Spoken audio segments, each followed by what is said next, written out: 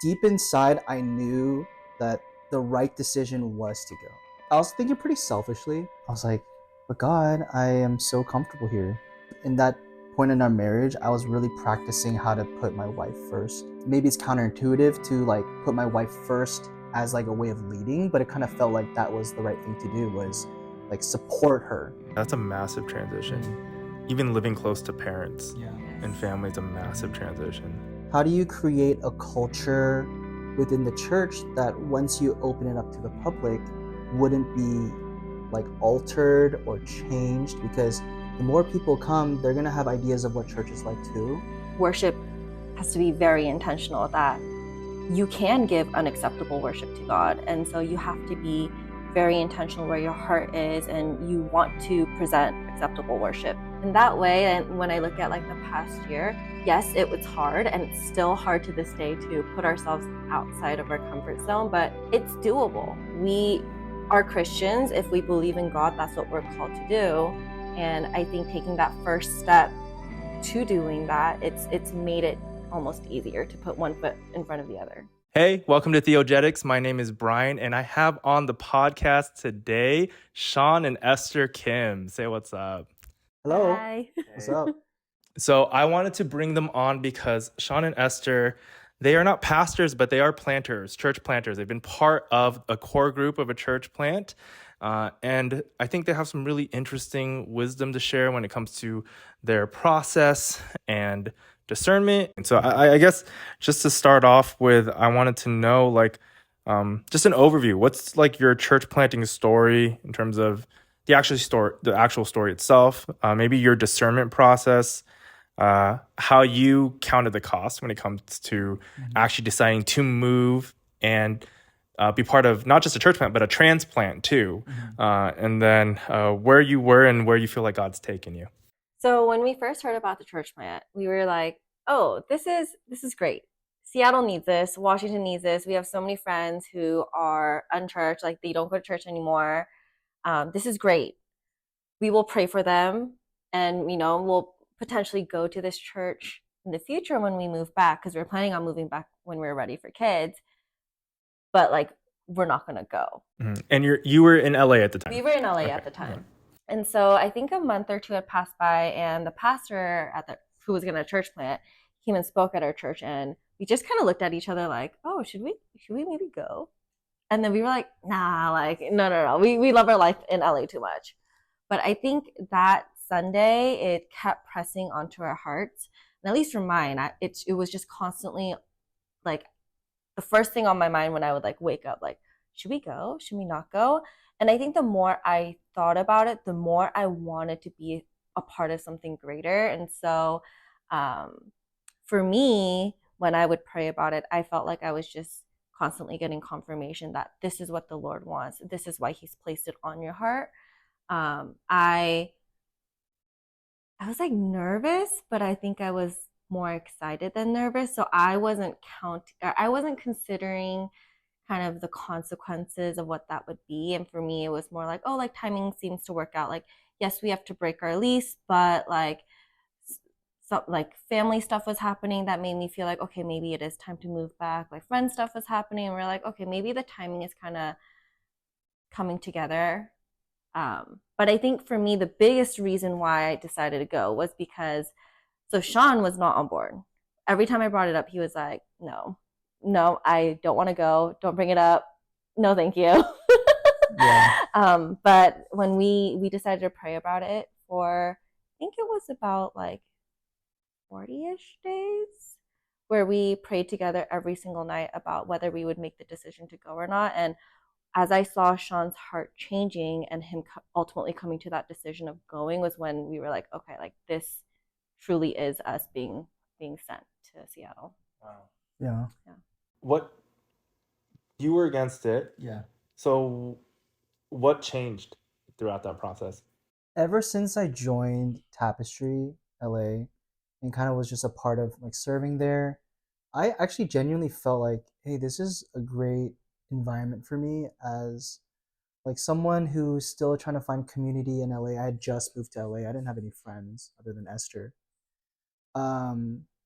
And so the more I thought about like how I'm growing, the kind of like programs or things that they had that really felt like was helping me in my faith, I was like, this is something that I don't think I really encountered in Seattle. And it would be really nice if there was a church in Seattle that did that. And so naturally, I was always like, oh, it'd be nice if they would plant in Seattle because they were planting kind of elsewhere. And yeah, when that opportunity came up, obviously I was like, that's awesome. And then by then it's already been 5 years now. And so I felt like I had a core group of friends. I was really established in serving. And so it really started feeling like a home church. And so by then now I was like, oh, like I don't think I would want to be a part of that, but I think that's great. And I think God is going to do something with it. And then when I looked at Esther, I think she describes that as like we both kind of looked at each other and was like, hey, should we go? But it was really like I looked at her because she looked at me. And I could totally tell she wanted to go, but I wasn't thinking that. I was like, oh, I think she wants to go. So that's kind of like the other side of the coin, I guess. But I think deep inside, I knew that the right decision was to go. And I knew that God was saying, hey, this is something you've wanted, this is something you've prayed about, and I'm giving it to you, an opportunity to go and help. Like, this is it, And I was like, I was thinking pretty selfishly. I was like, but God, I am so comfortable here. It's so fun. And I'm just having a great time. I love living in LA and I love serving here. And so it wasn't until, like Esther was saying, we started praying about it together. To be honest, that was probably one of the first times we've actually prayed consistently together. Yeah. And not for a week, not for two. It was obviously, this is kind of like, we're like, hey, 40 days, that's like a Bible number. Like, let's try it for 40. It wasn't like necessarily something we felt really strongly. It was like, hey, this is kind of like a good length of time, like about a month. I think would be a solid amount of time to like pray. And how long were you married at this point? A year? Yeah. A little over Okay, a year. so very early. Yeah. So it was a little over a year. Not only did we do like just like a prayer thing together, we attended a like there's a place called Pie Hop in Pasadena. And we had heard some good things. A couple of our friends had gone and got prayer there, and so we're like, hey, like maybe we should just try it, see what it's like. And I think that really kind of got us thinking more seriously about like, hey, that prayer was really good, really encouraging. We need to do it more, right? Not just go to this one-time thing and figure it out, but like that kind of sparked the desire to pray for a longer period of time, right? And sharing what we got from our individual like sessions was also very like encouraging. Like, hey, we haven't really had a time to talk about what we've prayed about, and that was really cool. Something we hadn't really done. And so I think it made us want to do it more. Yeah. Right.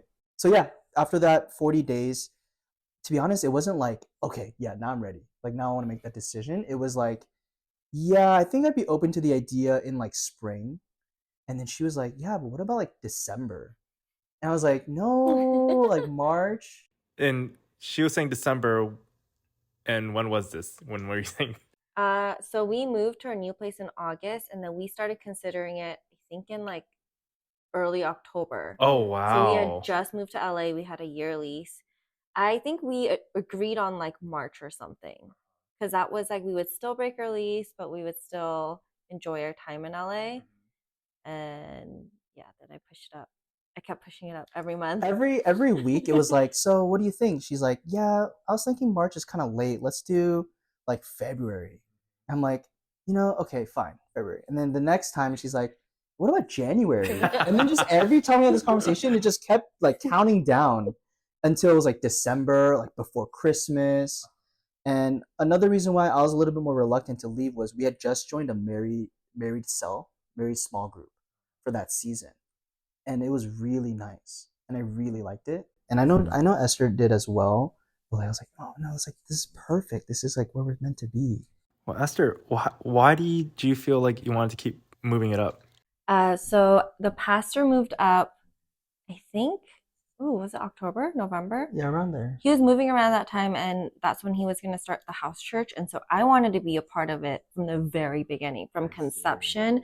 And so I felt like if we waited 6 months, then it would, maybe there wouldn't have been that big of a difference, but I felt like I wanted to be a part of like getting to know everyone and being a part of the beginning.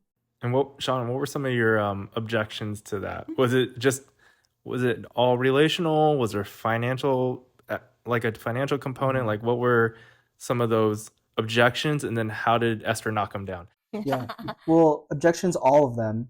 Like, we'd be breaking our lease, and that's just really expensive. And we're just kind of recovering from the cost of like the wedding, and like, we're just still figuring things out financially. And so it just felt like it would kind of be illogical to put us in like kind of that hole, financial hole per se.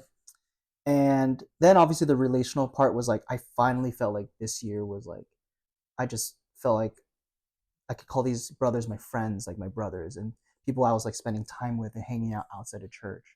And so there was that aspect. And then, yeah, honestly, I just really liked the warm, sunny weather. That was a nice thing. And like the food is great. So in my eyes, it felt like I was losing a lot. Um, And I think after I left Seattle, I kind of had this negative perception of Seattle. I think a part of me was like, I have church trauma. I have like hurts in Seattle. It's cold and wet and like all these things. It just made it sound like it was like this dreary place. And then, you hear from other people word of mouth, like, oh, Seattle's really hard spiritually. And like this church plant would be like a very big challenge, especially in Seattle. LA is not hard at all. I mean, I think I was in my bubble. I was in my like bubble of an established church and stuff. So I was like, oh, I'm comfortable. Planting is different than coming into an established church. That is Yeah. also true. That's the other thing he talked about, was where he felt like I had kind of this idealistic view of what church serving would look like. Because for me, I was like, oh, we've never served before. Like, it would be so much fun. And like, I'm ready to serve.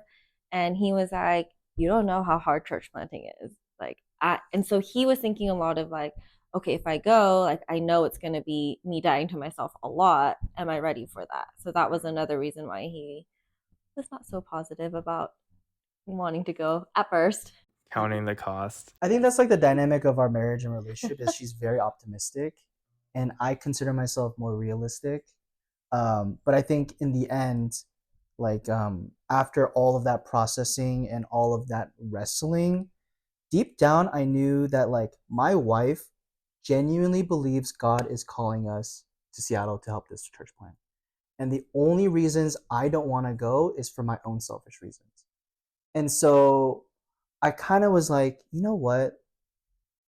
It is not, I should not let my selfish desires to stay here prevent my wife from like doing what God is wanting her to do. And so I think that was kind of like the step in like thinking about this move not as I'm losing a lot of things, but like I should support my wife. And whether that's like the right way of thinking, I don't know. But that was your process. But that was my process.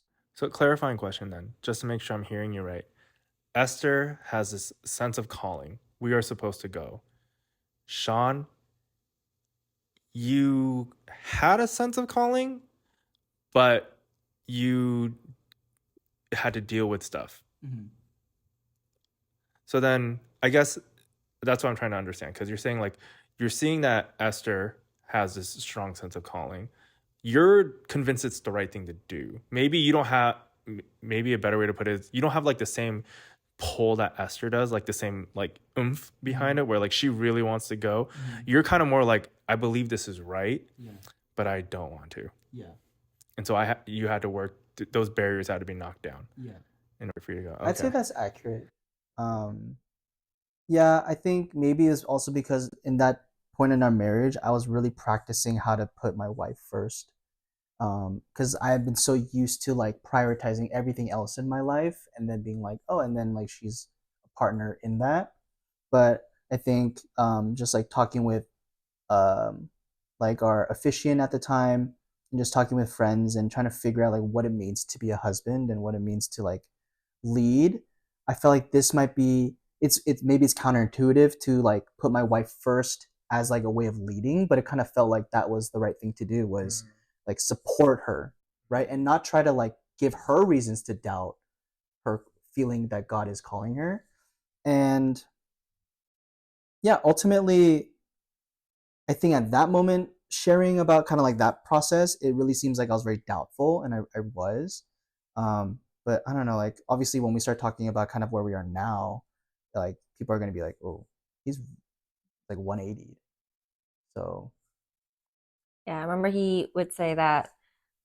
So when we would just talk casually, he would give me all these reasons and like why he didn't want to go. But the moment we prayed about it, he'd be like, "Oh, every time I pray, I feel like it's the right decision." Oh, yeah, that is a killer point for discernment, though. it's yeah, That's when you know it's God usually. yeah. Yeah. So that's where he would say, like, I know it's the right decision. I don't want to, but I feel selfish if I choose that. But I know, so it was, yeah, he wrestled with it a lot. I feel like at the end of the day, we went, but I think there was still a part of Shawn that was like, okay, we're gonna go, but I still think that it could go wrong. But I'm glad you trusted your gut. Yeah, I trusted my gut, I guess, but also, yeah, I mean, it wasn't that I thought the church plan itself would fail or anything. That wasn't really my concern. It was, at least for me, it was like, if I go, my life needs to be like, I have to be ready to give up my weekends. Like I have to be ready to kind of forego like plans that I would want to make with friends, and always be ready to be available for the church. And I felt like maybe that could scare people, but that's the reality, I think, of like starting a church, is like you have to be willing to like really like go through the nitty-gritties of it. And so a part of me was like concerned, because I'm like, I don't want to get burnt out. I served since 7th grade. I know what being burnt out, it feels like. I know what it looks like, and I didn't really want to experience it, because I didn't want to be burnt out, stuck in Seattle, going, how do I like convince her to move back to LA now, kind of thing. And so, Here's a question then. Let's say the church was like, we're gonna plant in the OC, and they specifically asked you two to plant. Do you think the struggle would have been the same? Because it would have been still like you're going to be part of a core group, like you're going to have to take more spiritual initiative, all of those things, right? But then it doesn't come with all the baggage that is associated with going back home where you grew up. So do you think it would have been the same process for you, like mostly, or do you think like, oh no, there are particular things about even the idea of going back to Seattle that were difficult? I think it would still have been a struggle, but not as big. So I don't know if we would have gone through the same process, just because location is a lot of the reasons why we were kind of like wrestling with moving to Seattle had to do with the locational aspect of it. But I think one of the other things was that we really, really enjoyed our church at the time. And so being called away from that church, I think would have been the hardest part, because that was one of the hardest parts of moving to Seattle. But there are other things too, like this is where we grew up. So there's a lot more history here. We both have had church trauma from here. So there's that. The other thing is we started our marriage not close to our family, like geographically. So that was something that we had to. So there were a lot of external factors that we also had to consider outside of just church. That's a massive transition. Yeah. Even living close to parents yeah. and family is a massive transition. It is. Then that process from when you actually moved, like you flew over, and then I guess your time of like preparing spiritually, and just maybe like the story of you guys in terms of your participation in the plant. What was that like? It was pretty much like the moment we got there, it was like we hit the ground running, kind of thing. There was like a launch team that was sent, or not sent, but created there. And then pretty much anyone that moved early that was committed to helping the church launch was a part of like that launch team. And so, we had the privilege of just being a part of that team, and then just attending the house church kind of in a, at that time, there was like it wasn't open to the public per se. It was an opportunity for us to figure out like how to do church, what would that look like for us at Seattle Upper Room. And at that time, we didn't even have a name. It was just Seattle Church Plant. And so when churches in the AMI group would pray for us on Sundays, you just see a slide that says Seattle Church Plant because we don't have a name. And so, yeah, it was really mostly just like every Friday we'd meet, just do fellowship and just figure out like, hey, like how do we get closer? How do we like interact with each other and become friends, right? Because we're going to be spending a lot of time together. We got to figure out how to like each other and just be around each other and be comfortable. And then Sundays were very much just us doing service, and then Pastor Josh leading the worship and praise, and then also preaching, and then us just breaking bread and just eating together afterwards and just spending as much time as possible. Yeah. How long was that incubation period where it was just your core group? Like you weren't having like public gatherings yet? On Sundays, it was the launch team plus I think a few like either visitors or people who had expressed interest in serving the church. We when did we? So I think they started meeting around November, and then we moved to the hotel, I believe in March or April. So it was not that long, 6 months, I think. Yeah. Yeah, 6 months, I guess, of incubation. And then how Pastor Josh described it was like, how do you create a culture within the church that once you open it up to the public wouldn't be like altered or changed? Because the more people come, they're going to have ideas of what church is like too.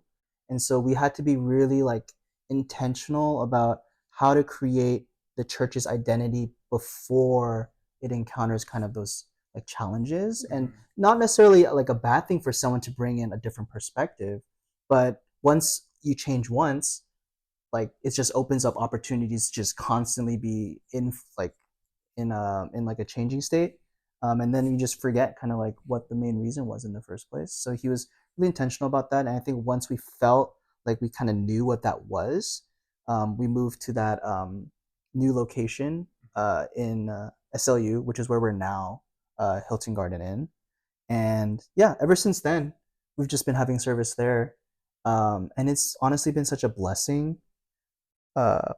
Just like, it's not easy finding a place to meet, especially in Seattle, and finding a place that's affordable. And we actually stumbled upon this hotel where the manager was like, hey, I was actually part of a church plant not too long ago. So I actually know what you guys are going through and I want to help. And so, to be honest, we've been building such a great and like strong relationship with the hotel staff. That's been an absolute blessing. Like, a room that we'd normally pay like maybe 3 times for, they're like, just pay for that like single room price, but we'll give you like more space, and we'll even give you like a storage place to put all your like equipment, because that's, I mean, as a church plant, figuring out like music equipment, sound equipment, It's such a headache. It's a headache for sure. And we'd always feel that when for one Sunday maybe that room is booked, so we have to meet at a different hotel, and so we have to move all our equipment, move it to someone's place, and then that Sunday morning we have to move it all to like that new hotel and set it up, tear it down, bring it back to the hotel that we normally meet at. So there's like kind of those challenges and aspects that were difficult, I'd say. You said that incubation period, and Pastor Josh was very intentional about making sure you guys developed a particular identity. How would you describe that identity? What's your church's like identity or culture? Oh, I feel like I talked a lot. You should talk. No, you go. No. That's a good question. I think the core, and I want to be careful, right? Because I don't want to like misrepresent maybe the vision. What's been the identity in your experience? My experience. Yeah. And then particularly, like, I think it's okay to, you can even compare it to your past church experiences. Like, what is distinctive about Seattle Upper Room that has remained? What did you guys cultivate during that 6-month period? And yeah, you might not have as much insight as Pastor Josh when it comes to the theology and every intention behind it, but at least in terms of your experience and what you think other people experience when they come to the church. Yeah, I think I can answer that question at least more comfortably. In my experience, it's been, how do you let God dictate the decisions made in the church? How do you faithfully wait, even though you really want to do something? I think that's kind of been something I've been witnessing in our church, right? Because there were countless times when we were in that incubation period where I was like, hey, P. Josh, like, hey, we're all friends here. Like, we like each other. And it's like maybe like 2 months in, right? I'm like, what about like a new place? Like, should we consider like meeting somewhere? Should we consider opening it up? We've got so many friends asking questions and they like want to check us out. Right. And he's like, not yet. Not yet. I'm like, okay, and just like learning to see, and I think Pastor Josh has been doing a great job of it, is like, as much as he may be frustrated or like we're frustrated or we really want to do something, he's like, guys, we need to like just sit, pray, wait, and then when God speaks, we'll go. And I'm sure many churches do that, but in terms of like in the last church I was at, it's kind of hard to see those sort of processes happening because like Tapestry is like a church of like 700 plus people, right? And I'm just like the drummer of praise team, right? I'm not like at those meetings where maybe they're deciding like what to do for a certain thing or a certain event, right? And so you don't really see the behind the scenes. But like I'm here looking at all these plans we're making and then watching PJ say, but before we do anything, we got to wait. And then when God says go, then we'll act. So I think that's like, for me, one of the biggest defining things of Upper Room. Because sometimes people, when we first started and we launched, people would ask us like, hey, what's your vision? And then we'd be like, honestly, we don't know. And the reason behind that isn't because we didn't like take time to think about like what our vision is. P. Josh just says, it doesn't matter what our vision is. It's like, what's God's vision of the church? That's all that really matters, right? And it's kind of people could see it as a cop out answer, but for us, it's like we're actually trying to live that out, right? Putting aside what we think church should be like, putting aside what we want out of a Sunday service, it's just a constant reminder that we don't go to church on Sundays for our benefit, for our joy and happiness to make us feel better, right? Ultimately, we're going there because we're given an opportunity by God to have another day to like glorify Him and worship Him and give Him thanks, and that's supposed to be why we meet, right? And I didn't really understand that until this past year of like attending Upper Room. So yeah, I was gonna say the same thing. Prayer and intentionality, I think, has been the core values of Sir. Yeah, everything is done in prayer. Our pastor actually, he tries to go out on quarterly retreats by himself where he'll fast and pray so he can prepare for the upcoming quarter of the new church, what, future events or how we want to reach out to people. And I think that's been super beneficial. We should be doing that more ourselves. But yeah, I just feel like prayer has been such an essential part of church planting. And then, yeah, the intentional aspect has been really, really good as well. I remember, I think it was like one of the first church or like the house church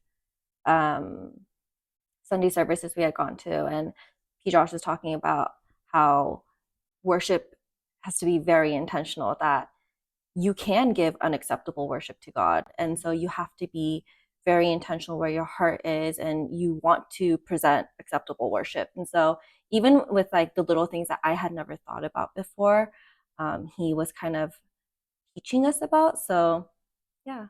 I hear you repeating the word intentionality a lot. So it seems like that is a core value that's been drilled in. Yes. How does that, I guess, contrast with not even just church planting, but like your understanding or view of worship before? When we started talking or like learning more about how intentional that we have to be, honestly, my first reaction was just annoyance. because it was something I had never thought about before. So the fact that we had to be so intentional with worship, like I hear about it more because Sean's part of praise team. So I hear more about like the intentional ways they choose like worship songs. But for me, I don't think that way. I'm like, oh, like, hey, this is new. This is popping. Like, why don't we sing this? And he'll have to be like, no, we can't sing this because of X, Y, and Z. And to me, that's just annoying, right? And so I think in that way, like I've learned a lot on like how selfish that I had been, and kind of um how in like other things that was I was just going through my faith like mindlessly. That's what I come to realize, that I was doing things but not fully understanding why I was doing them. So in like worship, like I was worshiping God, but I don't think I fully understand like what that meant. Or even serving, like, sometimes you do it to feel good, or sometimes you do it because, oh, I'm like really good at this. But when you sit down and really think about why you're doing it and who you're doing it for, I think it changes the way that not only how we view it, but like how we act. Has it changed how you two listen, whether to God or to each other? Good question. I don't think I've really thought about that. Maybe you reframe it then, and if something comes to you later, then I guess how has this whole experience impacted your marriage? Mm, Mm. you can go. Oh, You can go. it's impacted. It's impacted. Um, I think for me particularly, uh, this is just something I've been wrestling with ever since I got married. Is what does it mean to lead your marriage? What does that look like? And for a long time, I was really frustrated because I was like, maybe it's just like the current environment of like giving women more like opportunities to lead as well, that made me feel like this marriage should feel like 50-50. Like if she does something, I should try to reciprocate in another way, and like we should have like this harmonious like teamwork environment in our marriage. And so there'd be times where we'd fight or we'd go through something, and she'd be like, I just feel like you're not really leading us, or like leading us spiritually and stuff. And I'm like, why am I more accountable for my spiritual health, and I have to be like good and strong, while she kind of like can maybe not be where I'm at, and I'm supposed to like help her. And a part of me was just kind of wrestling with that, and maybe it's because I was having trouble acknowledging the fact that I wasn't really trying in my relationship with God. And so coming to this church plant, it was like, okay, I really need to be grounded in my word, in the word with God, or whether it's prayer or like in worship. I need to know for sure that I am confident in my relationship with God. And not only just for myself, but so that we as a couple could support each other as we served. And so I felt like the church man kind of revealed like the weaknesses in my faith, or the areas of my faith where I wasn't being as intentional, right? And even now, like it's not that I'm doing that really well now. It's just like I am just way more aware that I need to read the Bible. I'm like way more aware that prayer is more essential, right? And when it's not happening, it's painfully obvious because we're arguing more, we're butting heads more, I'm less patient, I'm less understanding, right? And so the biggest example I can give is we had a church fast in the new year. And in that entire week, we fought so much and we argued so much. And every day at night, our church would meet on Zoom and pray. And there was one night I didn't go because we had just argued and butted heads, and I was so salty, so bitter. I was like, I'm not gonna go. Like you're not gonna see me there. You can go. And she did the prayer thing by herself, and I just sat in my chair the whole time. And then I don't know, and I don't know if Pete Josh knows this, or the people that attended that know that's what was happening. But then after she comes out, I was like, man, I should have gone. I was like, I'm so dumb. Like, why did I do that? But for me, I just felt like, this is my way of like showing her that like I have no why I did that. I was just like, throwing a fit at that point. But from that kind of created this conversation and dialogue where we were like, why did that happen? Like, why did I do that? Why are we arguing more during this fast when we're supposed to be like praying and getting closer to God? Like, what's happening? Which made us really talk about like the tough questions. And ultimately, it was because since the move to Seattle, there was actually a bitterness in my heart towards Esther that I was not telling her about. And as much as I loved being in Seattle and I genuinely was like, hey, this is actually the right decision. I'm glad. I don't regret the decision. There was a part of me that would sometimes see her be like more tired or more complaining about church serving that would add up to the point where I'm like, but she wanted to come here. Why is she arguing or like complaining so much about it being hard? And then that unknowingly just built up and built up and became this bitterness that I held against her. And I just didn't know how to tell her. Because the longer I held on to that bitterness, it became so big that it almost felt embarrassing to be like, I almost missed the timing to tell her. And now it felt like this really big like thing that I just couldn't bring up. Which eventually actually came out during that fast, where I was like, hey, I honestly need to just tell you this. And obviously for her, she was really discouraged by it. But it was like that moment where healing started to happen. And she was like able to be like, hey, like, okay, well, I'm hearing you. I understand what you're saying. I'm a little hurt, but I still love you. I'm like, okay, well, thank you for being able to like receive what I'm saying and still love me, obviously. And yeah, I mean, I don't know. I feel like you'd be able to explain more kind of that process, but yeah, it's been like healing our marriage. It's been showing us kind of the parts that we just weren't. I don't know if like being ready is the right like phrase to use, because even at that moment, I didn't feel ready to bring it up. But it was like God was just like, here you go. Like you need to just like trust in what I'm doing here and just know that like this marriage is founded upon like me or God.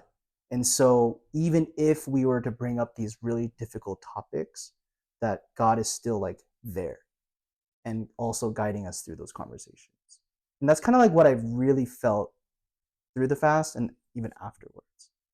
Um, so Serving has been good and hard.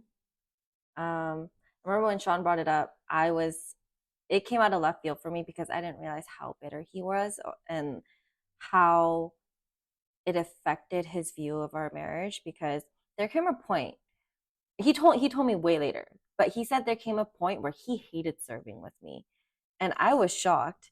And it's not because he didn't like the way I was serving or anything. It was what we brought home, and in like my own like I don't know, I wasn't in a good place at that time either. And so I'd come home and bring like my baggage and like complain maybe a little bit too much about the smallest things that built up to Shawn. Um, and so he had a hard time with that. Um, but I think what I realized was that even during that time, um, I feel like we had this conversation where we asked each other the question, do we feel like our marriage took a backseat during church planting? And I feel like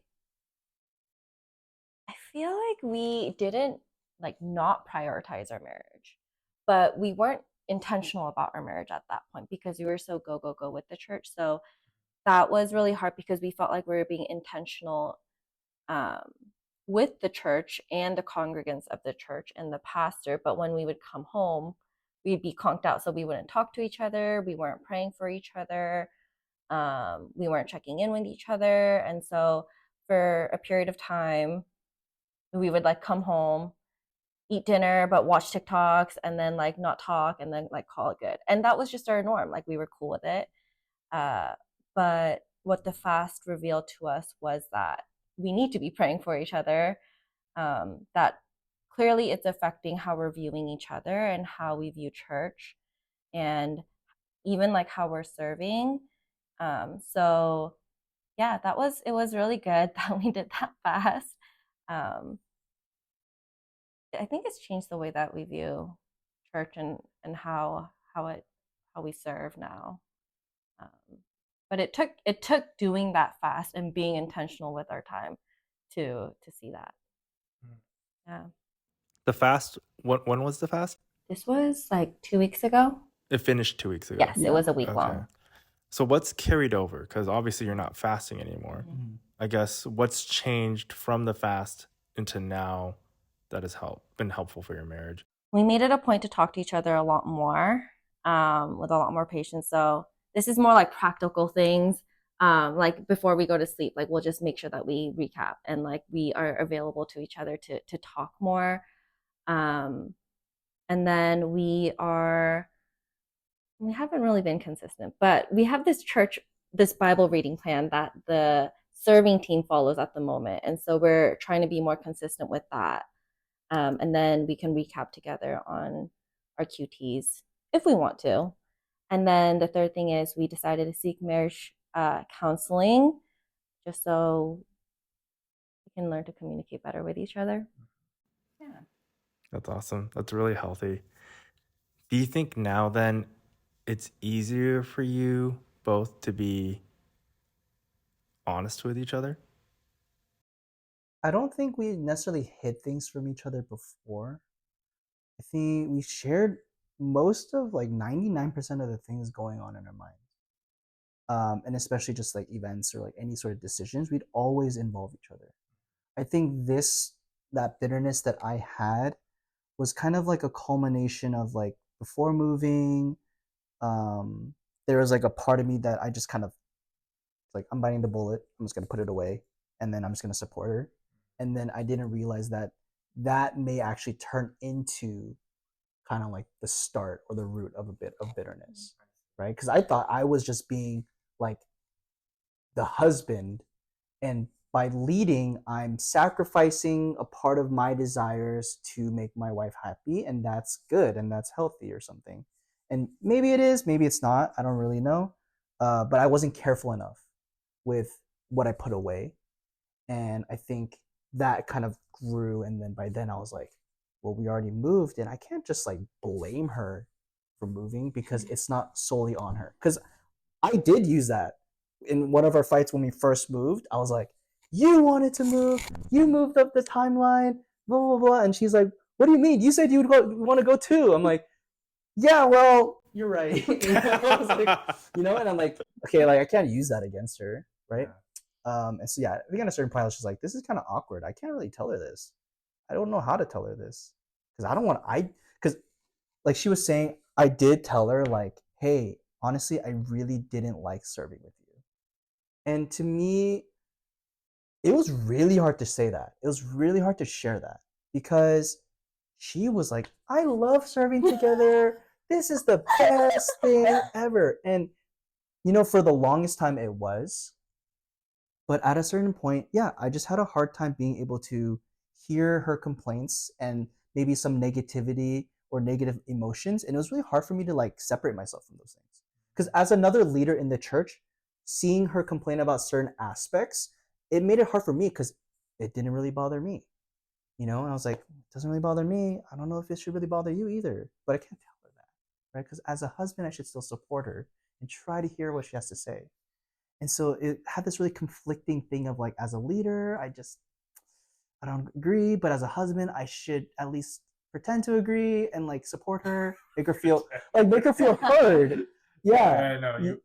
It's that fine line between like, I want to listen and let you vent, but at the same time, like there is a point where it's actually just grumbling too. Yeah. Yeah. Mm-hmm. And so you want to be loving, and truthful, like. Yeah, so that takes discernment and like practice to figure that out. Yeah, and also I am not good at tough love but in a Christian sense. Rebuking? Rebuking. Okay. Like, I am bad at that because I come off way too cold. And so for me, I'm used to getting rebuked growing up and tough love from all like the older guys in church, and then learning to be like, you're right, you know? And so I was like, hey, Esther, you just need to like learn how to do that, And so when I would tell her or constructive feedback, it was not, right? It was very much more attacking. And I think it was more emotionally charged. And I wasn't really following it with like, but I love you, I care about you, and like trying to soften it, right? It was just like, here are the cold hard facts. Why aren't you accepting it? And so yeah, that's something I'm like still working on. Yeah, I think the marriage counseling will help because at that time I was grumbling. And so, I wasn't aware of it myself to stop myself. And Shawn, like he was saying, he didn't really know how to lead, or he didn't really know how to approach that conversation either. And, if I'm grumbling and I'm like not in the place to hear criticism or any sort of rebuke, like any, even if it's the most loving way of telling me I'm grumbling, probably wouldn't have taken it the best way. So, yeah, you did the best you could. Well, I appreciate it. You shared a lot about like some of the more intense things, right? What has just been like good or fun or really encouraging about the church plant, but then also about like within the context of your marriage, when it came to how you serve together or working on the same thing together? Like, tell me a little bit about that. I can list a few things. When we first moved, or even after, we actually talked about this. In hindsight, we're both so glad that we moved when we did.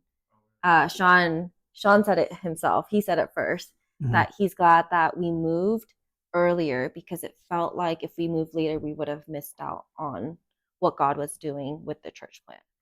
So he was really grateful that we moved then. So that was a really big blessing.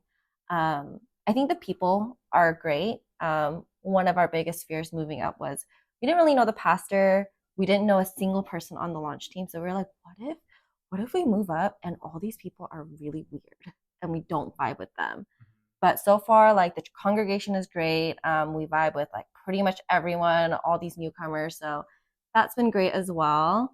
So when I moved up, I feel like there were a lot of transitions in my life, especially, moving back to your hometown, like almost 10 years later. Like there's going to be a lot of changes with family dynamics, with friend dynamics. And I felt like when I would talk to people who were at SIR, they were kind of going through the same things as me. And so I felt like, oh, wow, like I feel like God has placed these sisters here who are going through the same things as me so that I don't feel as alone. Like these are things that we can walk with together. So I feel like that's also been a really great blessing. And then one thing that we're going through now is I think it's interesting because we're now like the oldest of the group. We're also like we don't have kids, but we're in one of the later life stages at church. And so it's been interesting trying to receive mentorship but also be mentors. Like it's been really blessing. Just being among other married folks, also having a pastor who can give us life advice, but also being around like other peers who are not in the same life stage as us. I think when we were at our previous church, it was very separated by grade, and I would only hang out with people who were a year older than me or a year younger than me or my age, and that was it. But there are people who were born like 8 years later than me or like 8 years older than me, and it just feels like we're all the same age. Wow. That's been really good too. Yeah. So and then the last thing is I really, really respect and appreciate my pastor.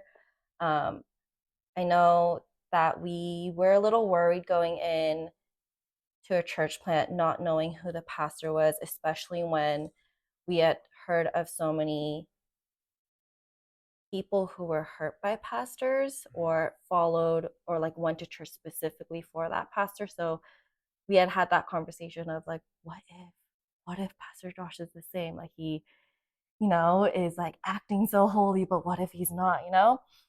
But going in and seeing that he truly is a prayerful person, and he really respects the Bible and wants to make sure that the church is grounded in these things, and that um, it's not a church that like the people are setting the foundation. It truly is God. Like I think that has been um, the biggest thing that I don't know that I've just really enjoyed and loved seeing.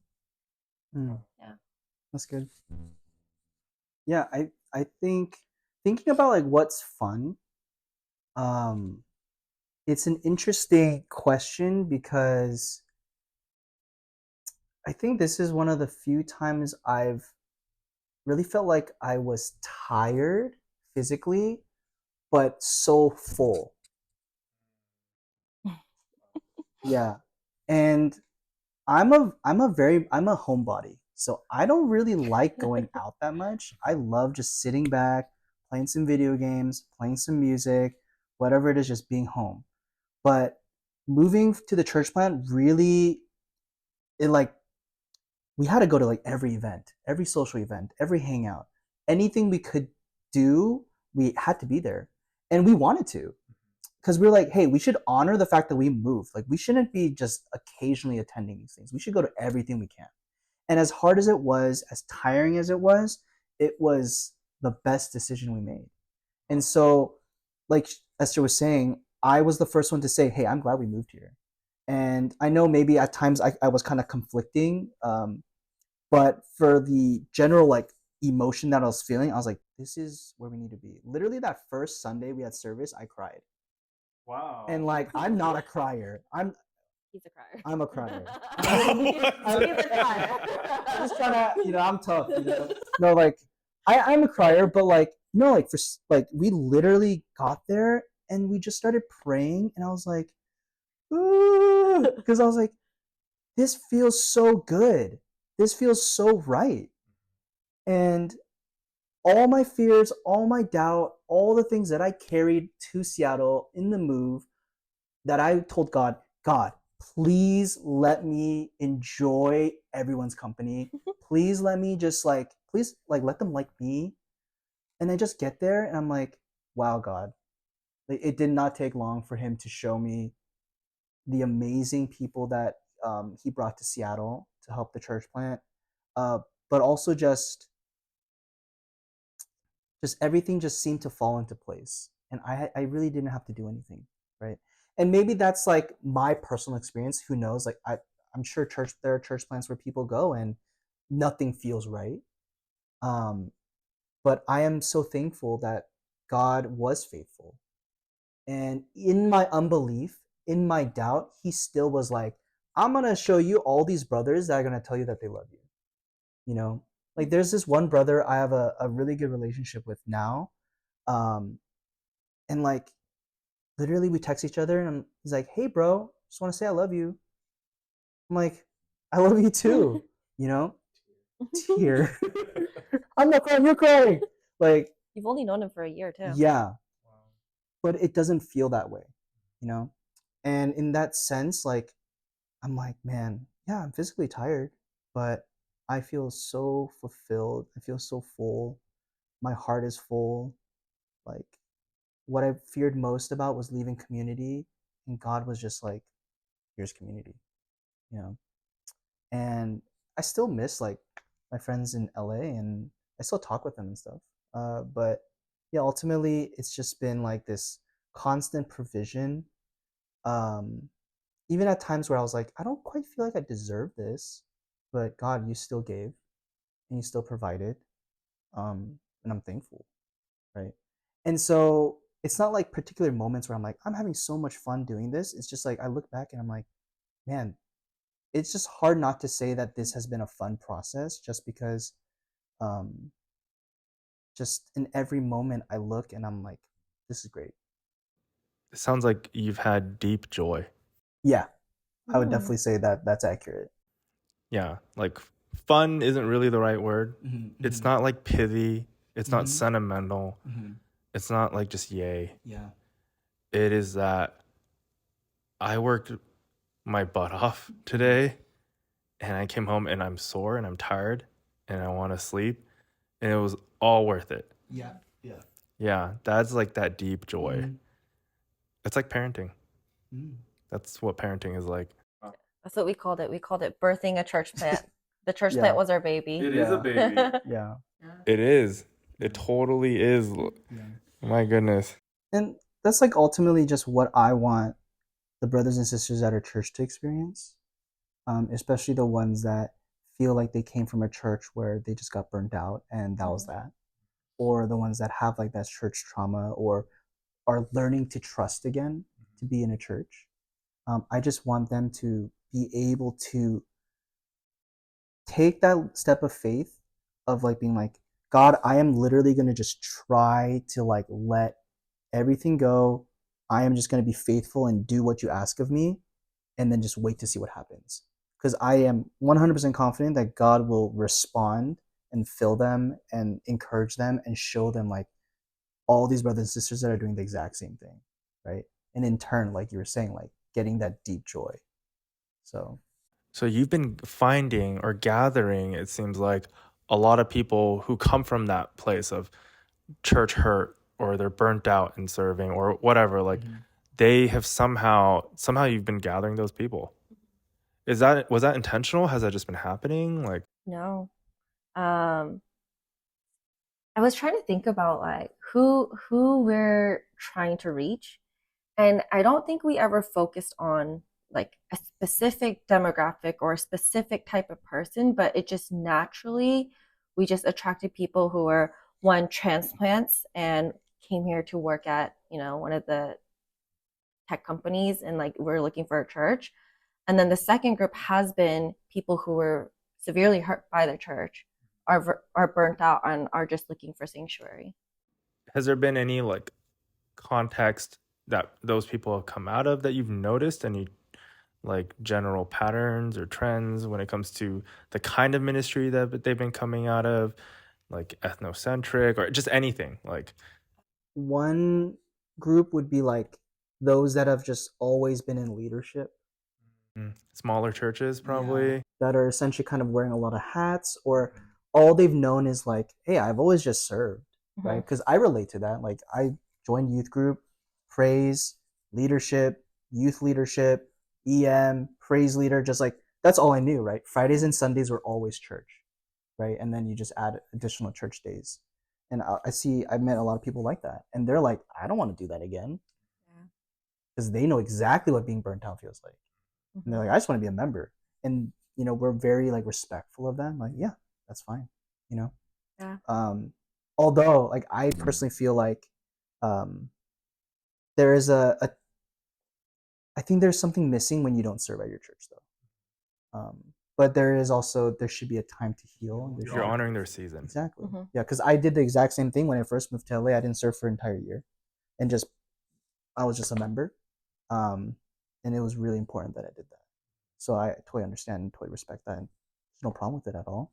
I just know like, hey, I'm really enjoying serving, so I just want them to enjoy that aspect too. Yeah, I mean, other than that, I guess there's like for both of us, we come, at least me specifically, I come from a church in Seattle where there was like a KM, right? So like a Korean ministry that made a lot of the decisions for the church as a whole that would kind of trickle down to our English ministry. Um, and yeah, I mean, there are friends that I know that have kind of been part of that church dynamic, whether it's not specific to like Korean American, but like part of a first generation immigrant church, and then you are the second gen English ministry. Yeah. And there's kind of that hurt of like, you're separate, but you're really not, because ultimately the hard decisions, the finances, a lot of that is dictated by the first generation group, right?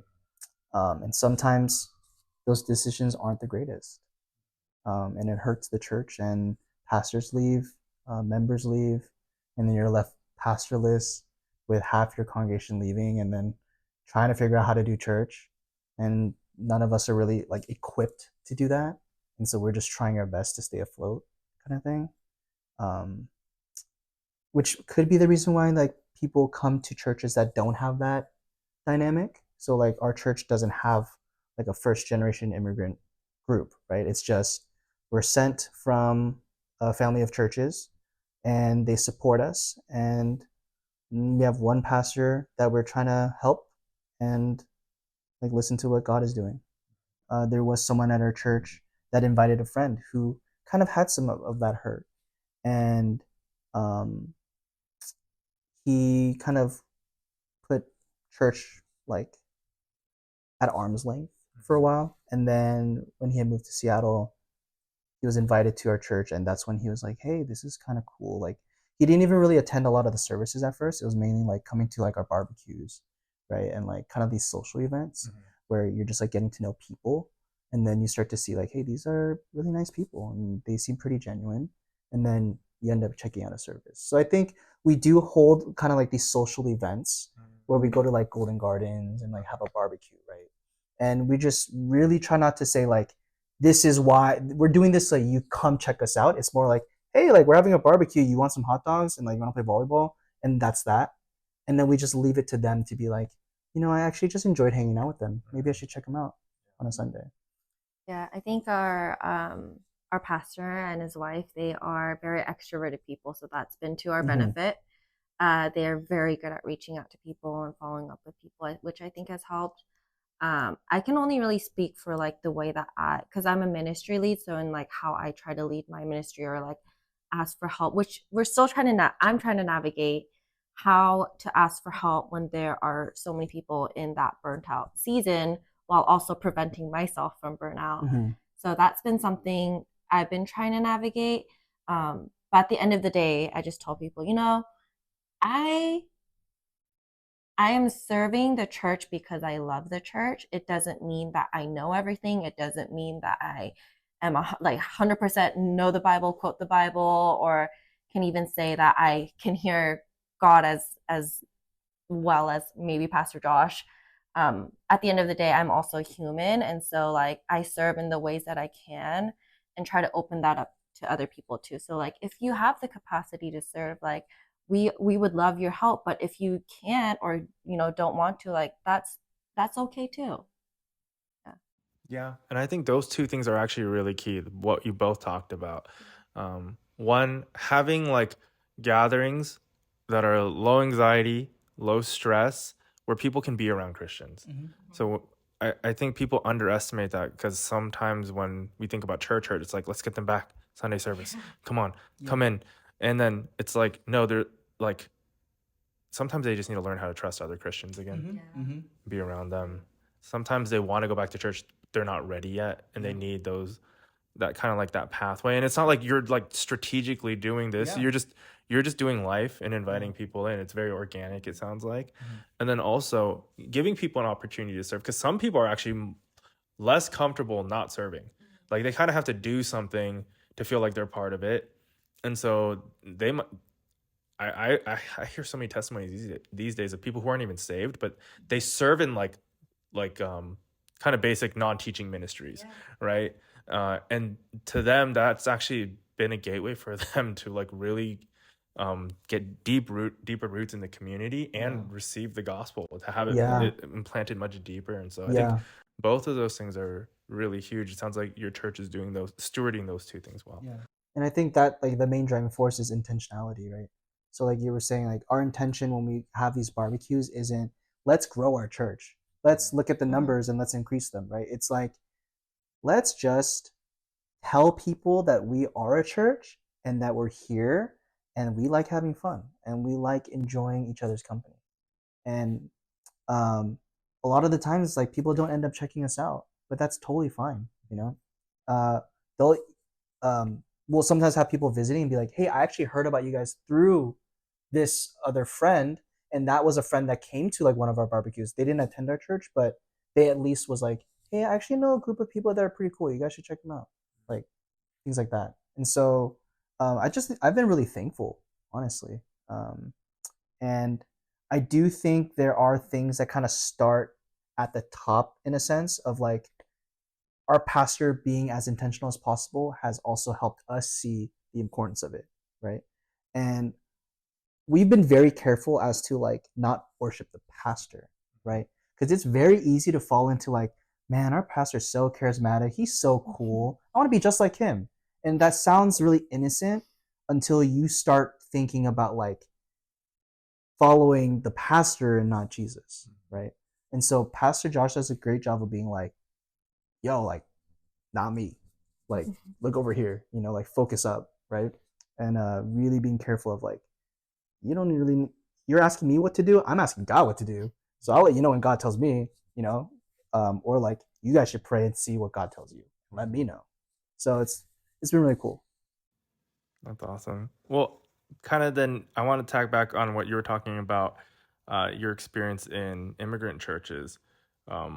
What have been like fundamental differences that you've noticed between being part of an EM, an English ministry, in an immigrant church versus you're in a church plant, you're the adults, you know, because that's kind of the language of EM.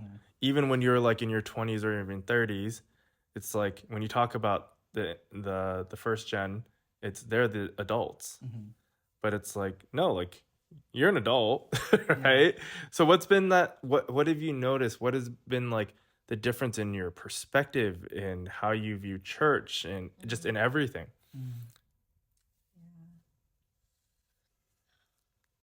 It's hard because I feel like some people have had good experiences, so I don't want to bash on, on that. Um, I think for me, so I moved to California for college. So I was never actually like directly part of an EM. Only like summer breaks, but for the most part it was me walking with friends who were directly impacted by EMs. And so in that way, I feel like one thing that's different is that we kind of make all of the decisions. We know what's going on. We have a direct line to leadership versus I feel like it was very like, oh, like it's up to the KM. And then KM doesn't include us in the process, or we don't fully AM understand. being Korean Yes, ministry. Korean ministry. Um, and EM would kind of be like, oh, what is happening? Like we're not included in this process. I also like when I attended, church, I never knew the head pastor. I didn't know who the elders were, the deacons were. Like I just knew my ministry, and that was the only ministry that I knew. It's hard to ignore the language barrier, I think, because I feel like if everyone spoke the same language at the same proficiency, then maybe some things lost in translation wouldn't happen. Where like maybe there's like a misunderstanding that kind of gets blown out of proportion, right? Because sometimes there was like, because like in Korean culture, right, it's like the younger generation needs to help the older generation, and there's like this untold, unspoken rule and expectation for that to exist, right? And so even like as simple as putting the chairs away, right? There would be like adults being like, look at the EM. They're not helping us put the chairs away. You know, they should know better. They should already know that that's the expectation. And a part of me is like, well, I guess I was raised in that way to do that, so I understand. But then there are going to be some of the members like, no, I don't quite understand that. Why didn't they just ask us to help? You know, like why was that already the assumption and expectation, and why are they upset? I don't understand that, right? And that could cause kind of bitterness. And there's like this aspect of culture and differences in culture that kind of clash.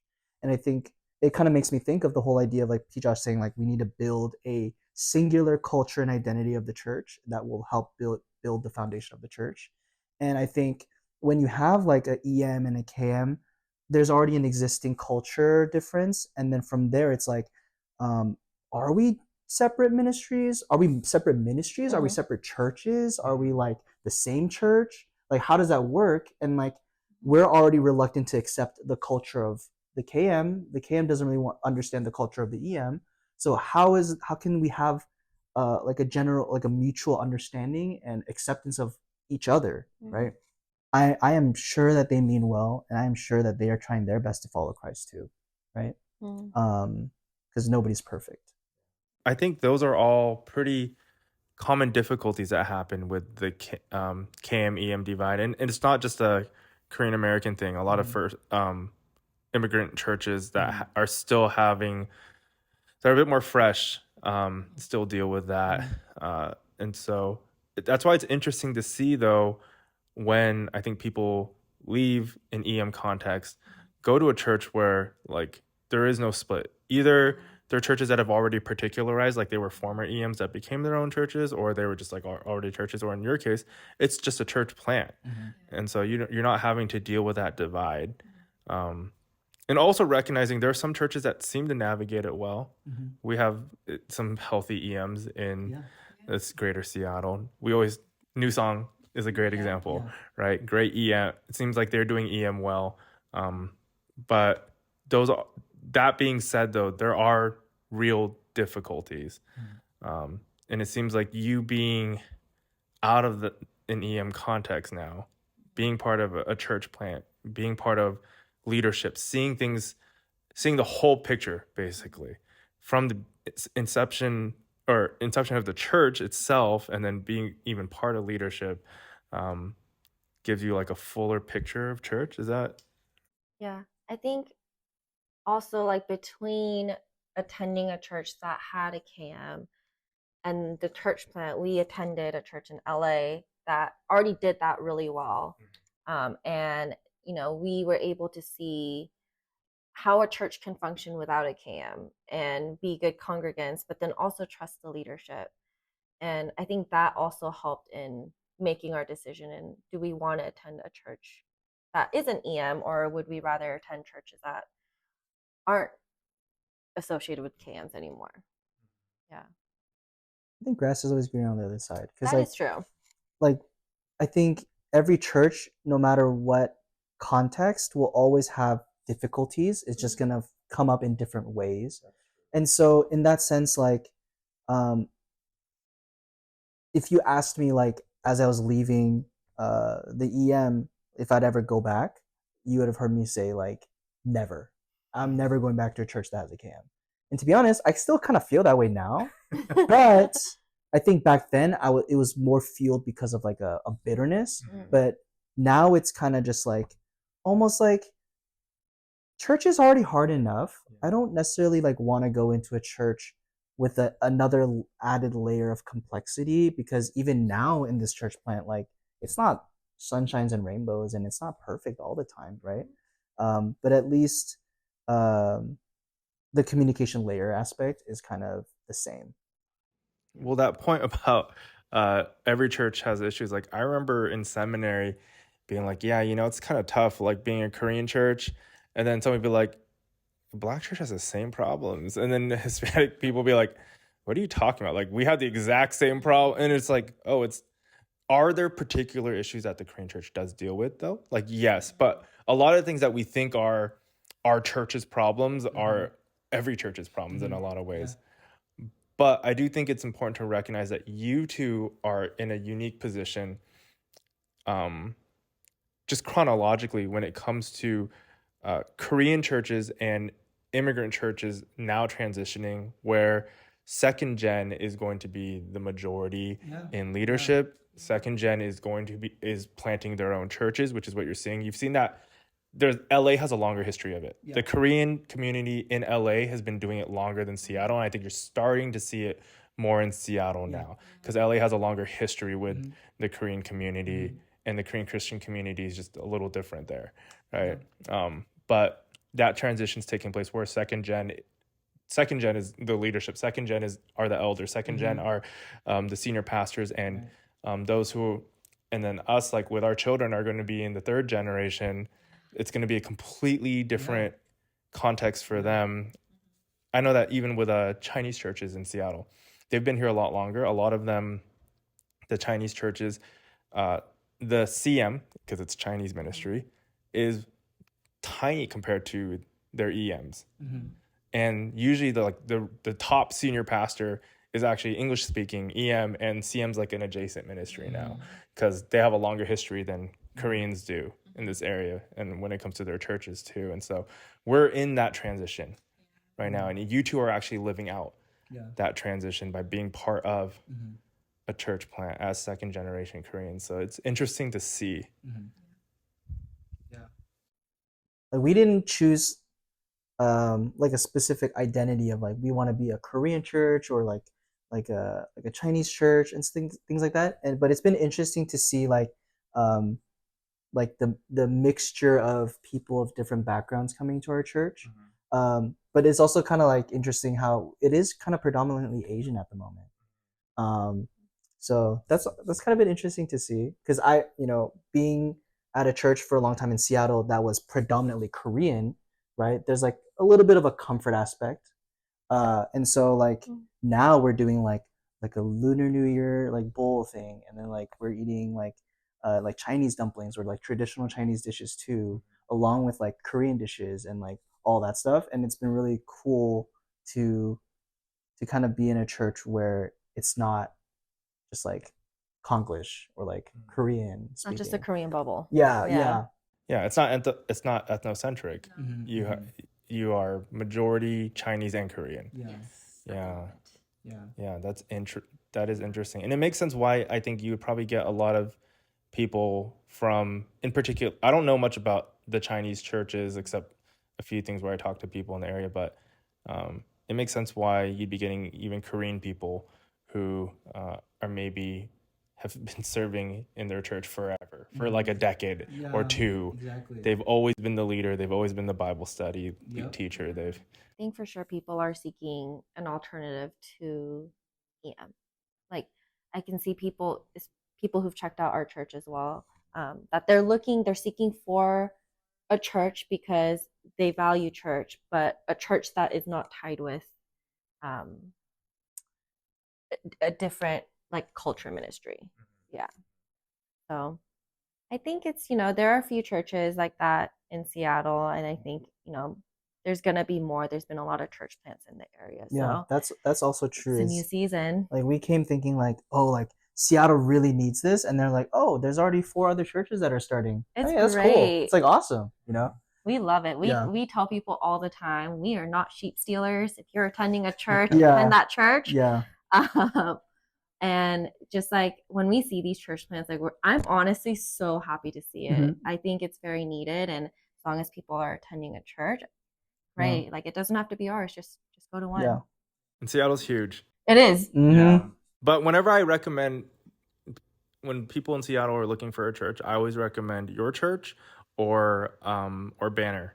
Those are the two, because those are the ones that I know the most. And then like I know Shawn and Esther, so I'm like, if you're interested, like go, and then they'll either check out yours or Ryan's church, and so and then I think I recently found out like a whole list of like all these churches are planted, and there's most a of lot them, of churches, and a lot of them are transplants. Like they're not native to Seattle, they're committed to Seattle, but the pastors moved here for church planting. Yeah, and so I think it's an exciting time. I agree. Right now in Seattle. Even with Banner Church, remember Pastor Ryan back in the day, he would always talk about revival, and I feel like revival's coming. Yeah, you can feel something's gonna happen. Because I mean, like you hear people say like, oh, like the freeze, and like, oh, people don't want to like go to church in Seattle, but then you meet all these people that are like, I didn't even know you guys were here. Like, this is awesome. I've been looking for a church. Like I've been kind of away, but like I want to go back. And so it's not that people don't want to attend church. It's just for a while maybe they just didn't even realize there was an availability, right? Or an opening for them. And then now I think all these churches coming up, I think is like a testimony that like God never gave up on Seattle. Like he's always been doing something, and now I think maybe we're seeing some of that more evidently. But yeah, he never left. So. But I do think that freeze was real, Mm-hmm. and it's starting to melt. Yeah, maybe that's what it is. You can feel it. Yeah, you can feel it. Like people who they tried being away from church for a long time, and they're saying like, maybe this wasn't such a great idea after all. Maybe being away from church wasn't all it's cracked up to be. Like people miss it. People miss the community. People miss, they even miss like singing and gathering and hearing the word preached and feeling the presence of God and like thinking like, oh, that was just like my emotions or whatever. Being like, no, actually, like there was something there. I didn't understand. Yeah, I agree. Yeah, that's an interesting thing you bring up, because I feel like when I was in LA for like the first couple years, I did try to take it easy, right? I'm too tired. I'll just do like light like online service, right? Or like I'm not serving today, so I guess I just won't go today. Or just watch online. Yeah. But then yeah, like that's easy and it's nice to like sometimes wake up on Sunday and like sleep in. But like this entire year we've been like waking up super early and going to church. Uh but like I was like, man, this is actually a lot of fun. Um Obviously numbers aren't important, but like to see our church go from a house church of like 5 people to like now a group of people like in the 60s just like worshiping God. I'm like, this is, I would not have even be able to predict this, right? And like I would have never even imagined this. But like the way God is moving, I think is just, yeah, Well, going to 5 to 60 in what, a year? Yeah. yearish, yeah, Yeah. a little more. That is God. Yeah. I mean, I don't know how many other church plants I've heard about in the past few years where like very little change when it comes to that. And it isn't about like we want to build a big church or not. Yeah. It is recognizing though, like, oh, like who is being reached? You know, that is an important marker in terms of framing it that way. So I think that's pretty amazing, going from 5 to 60 in a year, and very organically too. Like your church is not a hype church. No. No. It's not a hype church. You guys are very slow. Yes. Yeah, it's a very pastoral pace, which I think is another reason why probably people who were burnt out and dealing with church hurt feel comfortable there. This is it's truly God, because if we blew up, there's no way we would have been able to handle it. People would have walked away hurt more than when they first entered the church. So I think the number and how we've been growing is perfect for the amount of people we have, and even the people who are there now. Like Pastor Josh has always said, like he's just chose a number. He said a foundational 50 would be amazing for the base of the church, who have the same beliefs and kind of the same teachings. And I feel like from the people who have come, who have been consistent, we're kind of growing that base at the moment. So yeah, more to come. Yeah. Obviously, like I think churches that like grow really quickly, that's also something that God is doing. It's like hard to ignore that. But like I also do agree, like there's Seattle is a very large city, right? So there is plenty of room for churches to grow at like a slower pace for those that are like seeking kind of that, how do I trust people again? And I think that's why it's so important to like attend small groups too. Or living room groups. Yes, we call it living. We call it living rooms. Yeah. So even though we're not a hype church, we're still trying to be a little bit cool, and try to do some things, And when we first like thought of that, we were like, ugh, living room. That's. But the more we say, we're like, oh, LR or like living room. It sounds more natural. And I think the intentionality behind it was like, where do you meet in a house when you invite guests? In the bathroom. Exactly. It's better than bathroom groups. If your bathroom is bigger than my living room, then I am happy to meet in your bathroom. But like, yeah, so like there's like an intentionality behind it. But yeah, I mean, this is probably kind of like a plug, but for me personally, I think small groups has been probably one of the most pivotal aspects of like growth for me. And the reason being, Sunday church is one thing, right? It is an aspect where we go to glorify God and we come to like give him thanks. But like small groups is like, how do you intentionally show your brothers and sisters that you are a committed member to the church and that you care about them, right? Because I can say, how was your week? That's that, bye, and then live my life for the rest of the week. But when you're like coming and bringing people to your home and you guys are talking about life and like how to apply the word on a weekly basis, it goes beyond you are my friend, right? And it like transcends that, right? And it challenges you to think that way and to be like, that's normal. because it's not really normal, right? At least that's what the world tells us, right? And so this is just me, like, I just really feel like I have to say this, but it's like, if you are like struggling to go to small groups, and if you're struggling to like figure out how to get plugged into your community, the easiest way is small groups. The easiest way is to go into a smaller group with people in your like life stage or people not in your life stage, and just see that they're having the exact same struggles as you as a Christian. And then you realizing that like what you feel shame and like what you feel is shameful as like maybe I'm not being a good enough Christian, you'll see that a lot of people are going through the exact same thing, you know? And like if you feel like you go to church on Sundays and you're just reminded of like I'm not a good person, then like I highly encourage you to not only pray but like go to these small groups to like share those things, because you will certainly find others that feel the same way. And they're gonna be like, yo, me too. Hey, like let's support each other, you know? And that's what I found, at least, to be really powerful in LA and here. So no matter where I'm living, whatever church environment I'm in, how big the church is, small groups has always been a very almost like an anchor in like making me feel um, like I'm understood and that I am not alone. So yeah, go to Nice small plug. groups, guys. Yeah. And ladies. Go to living room Go groups. to living room as well. They're great. How has planting changed your view of being a disciple of Jesus and the Great Commission? Like, or basically, like, what have you learned about being missional? I think something that struck us was before we left, we met with the head pastor at our church in LA, and he was like, "You guys know that like you're basically going on missions, right?" And we were like, "What? No, we're just moving back home. What do you mean?" You know?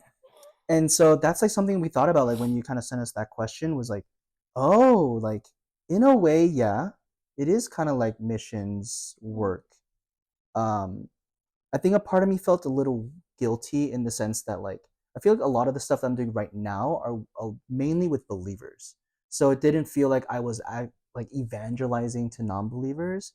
But there was this past like living room where someone was like, "Hey, I want to take my faith more seriously this year," and I was kind of like blown away because I wasn't expecting that, right? And we're just trying to get him to come to living room, right? And he was like, "Yeah, I want to take my faith more seriously." And I was like, "This is kind of what church is about." Right? It's not necessarily, obviously it's great to bring people that don't know Christ. That is obviously a huge and major goal that we need to strive for.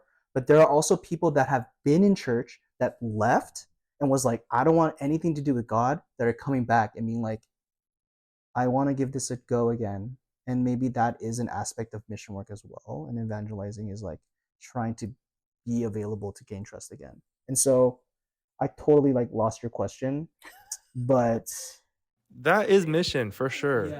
yeah, I mean, the Great Commission is go therefore and make disciples, yeah, right? And so discipleship and evangelism is part of discipleship. It's like discipleship is the umbrella and evangelism is getting people in, but building people up, getting people to take their faith seriously. Ultimately, the end goal is to be conformed to the image of Christ, right? And so that is the end goal of discipleship.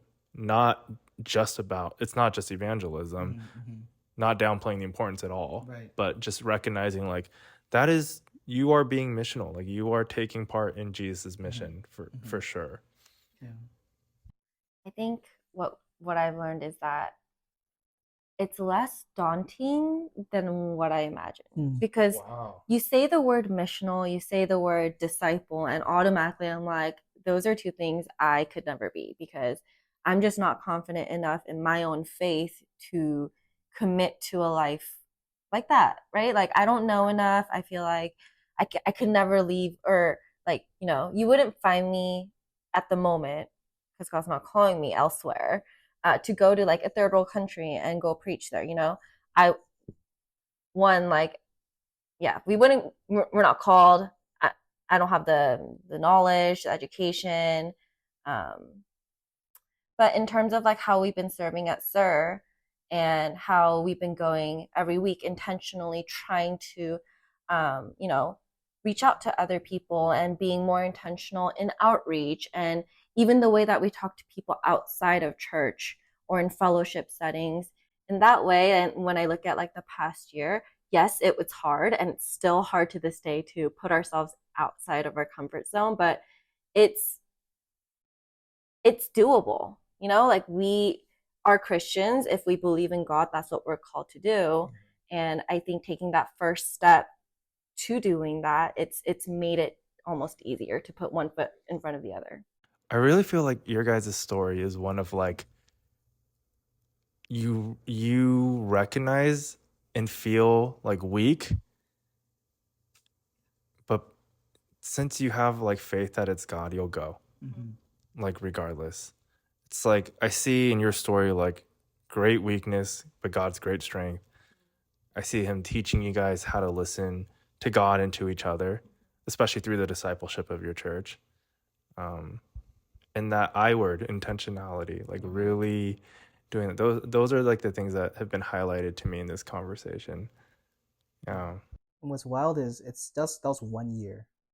Just 1 year. That was 1 year for us. We moved a year ago. But it feels like 10. Like the experiences. Have you aged 10 years? Did you dye I your hair? don't know. Yeah, this is actually a wig. It's not real.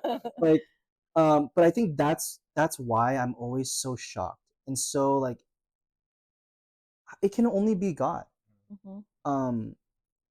Like I'm not that old, but like looking at my life, I'm like, this year has been so much growth and realizations and like all for the betterment of me and all for the betterment of my relationship with God. So it's really hard to ignore that it's like I can't say that it's not God because all I'm doing is getting closer to him, right? And like yeah, it just feels like my life is better. And I'm like so happy and joyful even in times of struggle, even in times when we're butting heads. Like I have to really emphasize like I struggle every day with reading. I struggle every day with prayer. But like I at least understand more and more each day the importance of it, and it like makes me want to do it more. So like when I do it, I'm like, yeah, I'm glad I did that, you know? Because before when you're really numb to it, you don't realize that that's actually an important part that's missing. But now I can at least feel the hole and be like, oh wow, there's like this glaring hole right now, and like God's like really pointing at it. I will have to deal with it, you know? So it's good. Then last thing, tell everyone about your church, where you meet, what time, and maybe how to connect. I mean, I'll throw your church's like socials and website in the show notes as well. But why don't you just share? We go to Seattle Upper Room. We meet at Hilton Garden Inn at 10:30 a.m. Free parking at Amazon buildings. I think it's Doppler and Arizona. Our pastor is Pastor Josh, and we're part of the Acts Ministries International AMI. Yeah, I mean, you said it all. You're the socials. Yes, we also have an Instagram. It's Seattle Upper Room. Please follow us. I do. Okay, awesome. Well, thanks for coming on today. Thanks for inviting us. Yeah. This was fun. Yeah, it was. All right. That is a wrap.